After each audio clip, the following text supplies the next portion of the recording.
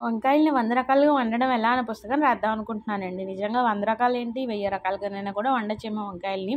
First నేనైతే ఈరోజు చక్కగా వంకాయ మసాలా కర్రీ చేద్దామా, వంకాయ ఉల్లికారం చేద్దామా అని సింపుల్గా వంకాయ ఉల్లికారానికి ఓటేస్తాను. మసాలా కర్రీ చేసుకుంటే మర్నాడు బిర్యానీలోకి ఇంకా బాగుంటుంది ఆ కర్రీ. అందుకని సర్లే రేపు బిర్యానీ చేసే ఆలోచన ఉందో లేదో మనకు తెలియదు కదా, రిస్క్ ఎందుకులేని ఉల్లికారం అయితే చేస్తానండి. ఉల్లికారం అయినా కానీ, మసాలా కర్రీ అయినా, వేపుడైనా కానీ అద్భుతంగా ఉంటుంది వంకాయ అయితే మాత్రం. సరే వంకాయలు కట్ చేసి నీళ్ళలో వేస్తానా, ములక్కాడలు కూడా కట్ చేయడం స్టార్ట్ చేశాను. ఎందుకంటే ములక్కాడతో పులుసు పెడదామని. ములక్కాడ పప్పు పులుసు పెట్టినా బాగుంటుంది, ఉత్తి ములక్కాడలతో పులుసు పెట్టినా బాగుంటుంది కదా. సరే ఇంక పప్పు పులుసే అవుతుంది రోజు అని ఉత్తి పులుసే పెడదామని ఫిక్స్ అయిపోయానండి. ఇంక ఉల్లిపాయలు కావాలి కదా, ఏ కూరలోకైనా ఉల్లిపాయలు అయితే మస్ట్. ఇంకా ఉల్లిపాయలు మస్ట్ అయినప్పుడు ఉల్లిపాయలు కట్ చేయడం స్టార్ట్ చేస్తాను. ఏడుస్తూనో నవ్వుతూనో అలాగ ఉల్లిపాయలు అయితే కట్ చేయాలి, తప్పదు కదా. చాపర్లో కట్ చేస్తే పని ఈజీగానే అయిపోతుంది కానీ ఆ తృప్తి రాదనమాట. అందుకని ఇంక నేనైతే ప్రిఫర్ చేసేది చేత్తో కట్ చేయడానికే. చాపర్లో మరీ ఎక్కువ ఉన్నప్పుడు, పని ఎక్కువ ఉన్నప్పుడు, ఉల్లిపాయలు ఎక్కువ ఉన్నప్పుడు ప్రిఫర్ చేస్తాను అంతే. ఇంక సరే చక్కగా 2 ఉల్లిపాయలు కట్ చేసేసి పక్కన పెట్టేసుకుని, వెల్లుల్లిపాయలు కూడా 2 కట్ చేస్తాను. ఎందుకంటే వెల్లుల్లి ఫ్లేవర్ బాగుంటుంది అండ్ ఆరోగ్యానికి కూడా మంచిది. ఇంక నేను ములక్కాడ అయితే స్టార్ట్ చేస్తానండి. వంకాయలు కూడా ఆయిల్లో వేసి ఫ్రై చేయడం అయితే స్టార్ట్ చేశాను. మేబీ ఆ వీడియో కట్ అయిపోయినట్టుంది. ఇంక సరే ములక్కాడ పులుసు కోసం అయితే పోపు వేసేసి అందులో ఇంగు వేసేసి ఒక్క ఎండుమిర్చి వేసాను అంతే. నేను ఎండుమిర్చి పచ్చిమిర్చి కొంచెం తక్కువ వాడతాను. పచ్చిమిర్చి వాడినా పేస్ట్లా ఉన్నదే వాడేస్తాను. ఇంక సరే వెల్లుల్లి కూడా వేయించేసాక అందులో ఉల్లిపాయలు కూడా వేసేసుకోవడమే.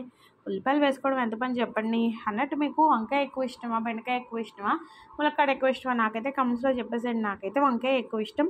అన్ని వెజిటేబుల్స్లోకి ఇష్టమైంది ఏంటి అంటే నాకు వంకాయ, మా వారికి అయితే బంగాళదుంప. సరే ఇందులోని ఉప్పు పసుపు వేసి వేగుతుండగానే మరి ములక్కాయలు కూడా కట్ చేసుకోవచ్చు. బట్ నేను ఇంకా ముందుగా కట్ చేసేసి పక్కన పెట్టేసుకున్నాను. అండ్ మీరు ఒక్కసారి ములక్కాడ కొంచెం ఉప్పు పసుపు వేసి ఒక విజిల్ వచ్చే వరకు ఉడికించేసుకున్నా కూడా బాగానే ఉంటుంది. ప్రాసెస్ త్వరగా అయిపోతుంది. అన్నం కుక్కర్లో పెట్టే అలవాటు ఉన్న వాళ్ళకి ములక్కాడ కూడా ఒకసారి పైన పెట్టేసామనుకోండి ఫ్రై అయిపోతుంది. చూసారా, నేను వంకాయలు అయితే ఆయిల్లో వేసి ఫ్రై చేయడం స్టార్ట్ చేశాను ఉప్పు పసుపు వేసేసి. సరే ఇంక 2 ఒకే వీడియోలో అయిపోతున్నాయి కదా, మళ్ళీ వీడియో స్కిప్ చేయడం ఎందుకు, మళ్ళీ డివైడ్ చేయడం ఎందుకు, ఇంక ఇలాగే చూపించేస్తున్నాను. ములక్కాడలు వేసేసాక ములక్కాడ వేగే వరకు వేయించుకోండి. అడగంటుతుంది అన్నప్పుడు నీళ్ళు కానీ చింతపండు పులుసు కానీ వేసి ఉడికించేసుకోవచ్చు. ఆల్రెడీ మీరు ములక్కాడ ఉడికించారనుకోండి అది ఇంకా ఈజీ ప్రాసెస్ అయిపోతుంది. బట్ నేను ఇంకా ఇందులోనే ఉడికిద్దామని విడిగా కుక్కర్ పెట్టలేదు ఈరోజు. సరే చింతపండు పులుసు వేసేసుకుని చక్కగా సరిపడినంత నీళ్ళు కూడా వేసేసుకుని చక్కగా ఉడికించుకుంటూ ఉండండి. ఈ లోపల మిక్సీ జార్లో నేనైతే ఉల్లికారం కోసం ఎండుమిర్చి, ఉల్లిపాయలు, జీలకర్ర, ఉప్పు వేసి చక్కగా పేస్ట్ చేసేసుకుంటున్నాను. పేస్ట్ చేసుకుని వంకాయలు వేగాక అందులో వేసేసి కొంచెం నీళ్ళు వేసేసి, నాకు ఎందులోనైనా కానీ ఆ డిష్ వాష్ చేసేయడం అలవాటు, అందుకని కొంచెం ఎక్కువ గ్రేవీ అవుతూ ఉంటుంది. మీరు ఉల్లికారానికి జస్ట్ వేసేసి ఒక్కసారి కలిపేసుకుని మూత పెట్టేసుకుని వంకాయకి మసాలా అంతా పట్టే వరకు ఫ్రై చేసుకుంటే చాలు. ఈ లోపల ఇక్కడ ములక్కాడ కూడా ఉడుకుతోంది.